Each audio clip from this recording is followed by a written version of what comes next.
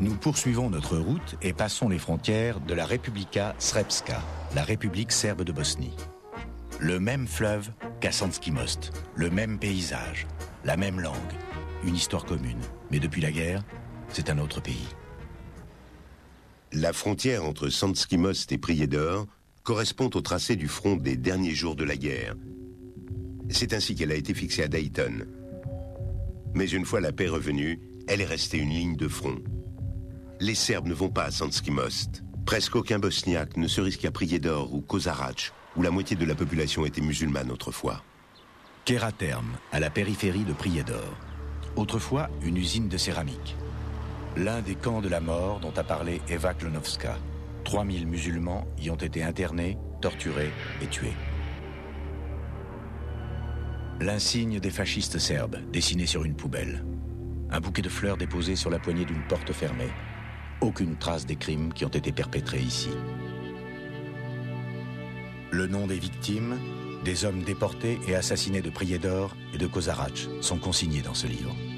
Le nom de famille, la date de naissance, éventuellement une photographie. Parmi les 3227 noms figurent également 228 femmes et 123 enfants. L'éditeur de ce livre est un groupe de femmes de Kozarac. Celles-ci militent pour la réconciliation entre les peuples de Bosnie, proposent une aide au retour, mettent en place des thérapies pour les femmes traumatisées et organisent une fois par an une conférence internationale des femmes. L'organisation, baptisée Sersem Domira, avec le cœur pour la paix, est née dans un camp de réfugiés croates à l'initiative de femmes bosniaques qui avaient pu fuir dans le pays voisin. Nusreta Sivac, à gauche sur l'écran, est cofondatrice du mouvement. Avant la guerre, elle était juge à Prijedor.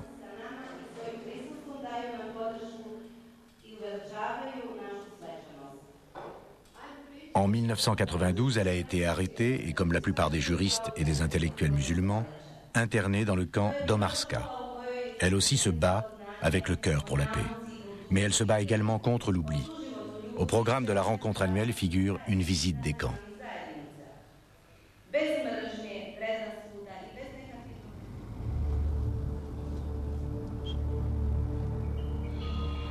Une zone industrielle à l'écart des grandes routes.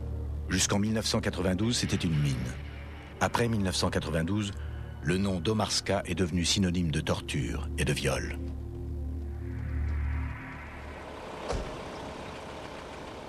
Nusreta Sivac emmène les femmes sur le lieu de leur supplice. C'est à la fin de 1992 que le camp a été découvert par des journalistes britanniques. Elle-même victime, la juge a témoigné de la souffrance des femmes, victimes d'une guerre qui a utilisé le viol comme une arme, au même titre que les munitions et les bombes.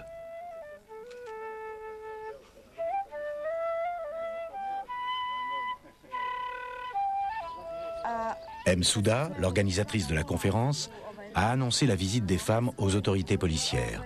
Mais les policiers qui sont censés les attendre ici ne sont pas encore arrivés. Après sa libération du camp, Nusreta entamera son combat pour obtenir justice. Elle obtiendra du TPI que le viol ne soit plus considéré comme un phénomène marginal de la guerre, mais soit reconnu comme crime contre l'humanité et puni comme tel. Lors de ses dépositions devant le tribunal, le procureur fera bénéficier Nusreta du programme de protection des témoins. Son nom n'est pas mentionné, sa photo n'apparaîtra pas à la télévision et sa voix sera déformée.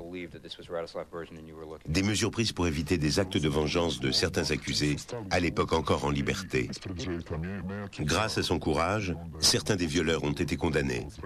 Hors de la salle du tribunal aussi, la juge de Prijedor a inlassablement témoigné des crimes d'Omarska, cette fois-ci sans bénéficier d'aucune protection. Mais même si je pensais être suffisamment courageuse, même si je me croyais capable de tout supporter, j'ai fini par craquer. J'ai vécu le traumatisme d'Omarska après mon retour du tribunal, en rentrant à la maison. C'est là que les problèmes ont commencé. Dieu merci, tout s'est bien terminé. J'ai vraiment été soulagée. Au tribunal, vous revivez tout ce que vous avez vécu, tout ce que vous avez vu, tout ce qui vous a touché personnellement. Malgré tout, c'est ce qui m'a donné de la force. Mes meilleurs amis, mes collègues, mes concitoyens, et plus particulièrement 5 femmes qui n'ont pas survécu à Omarska, tous ces gens m'ont donné la force de parler en leur nom, car ils ne sont plus là. Ils ne peuvent plus parler. Dans la Maison Blanche d'Omarska, 37 femmes ont été torturées et violées avant d'être assassinées. Le bâtiment rouge situé derrière abritait les hommes. L'administrateur du terrain a interdit aux femmes de s'approcher davantage des bâtiments. Mais la police est arrivée entre-temps et a emmené le groupe vers une autre entrée. C'est ici que les femmes écoutent l'historique de ce lieu, où entre mai et août 1992, plus de 3000 intellectuels, universitaires et dirigeants politiques, l'élite de la population bosniaque et croate, ont été internés. Nuit après nuit, les hommes ont été interrogés et battus. Beaucoup sont morts sous la torture. Des centaines de prisonniers ont été tués au sein de cet immense complexe et leurs corps jetés dans les puits de la mine. Le 3e camp est Ternopolier, une ancienne école avec son gymnase. Au mois d'août 1992, le monde apprend l'existence d'Omarska grâce à une équipe de télévision britannique. Suite à cela, les Serbes transfèrent leurs prisonniers à Ternopolier. Mais ce camp aussi est découvert, cette fois-ci par la journaliste de télévision britannique Penny Marshall. Ces reportages font le tour du monde et alarment la communauté internationale. Comment cette journaliste a-t-elle pu entrer dans le camp et approcher les prisonniers? Lors de son séjour à Londres, Karadzic en personne a délivré à Penny Marshall l'autorisation de visiter le camp, mais il a sous-estimé le travail des médias occidentaux. Un médecin du camp de Ternopolier fait passer à la journaliste des photos de victimes de torture. Elles s'étaleront dès le lendemain à la une des journaux du monde entier, ce qui sauvera la vie au courageux médecin.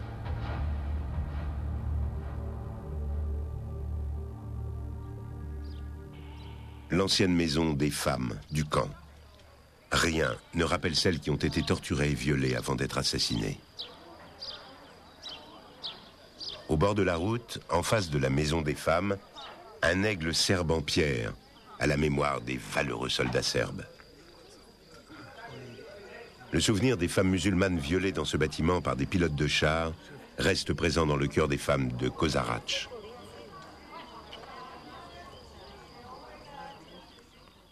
Notre prochaine étape est Banja Luka. Dans la capitale des Serbes bosniaques, les monuments à la gloire du communisme yougoslave n'ont pas disparu.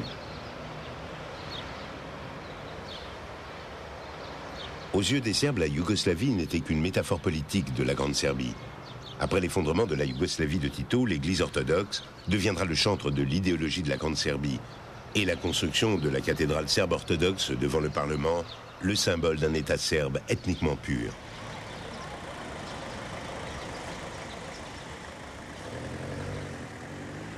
La destruction de leur cathédrale par les fascistes croates lors de la Seconde Guerre mondiale et la persécution des Serbes par l'État croate Ustashi seront utilisés par la propagande serbe pour attiser la haine à l'égard des Croates.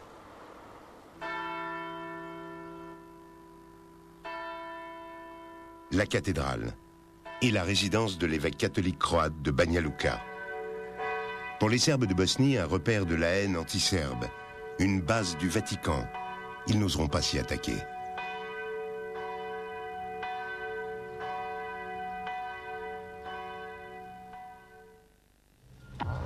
« 1996, arrivée à Banja Luka. Dans une banlieue, les ruines d'une église catholique bâtie par la communauté croate 10 ans avant la guerre.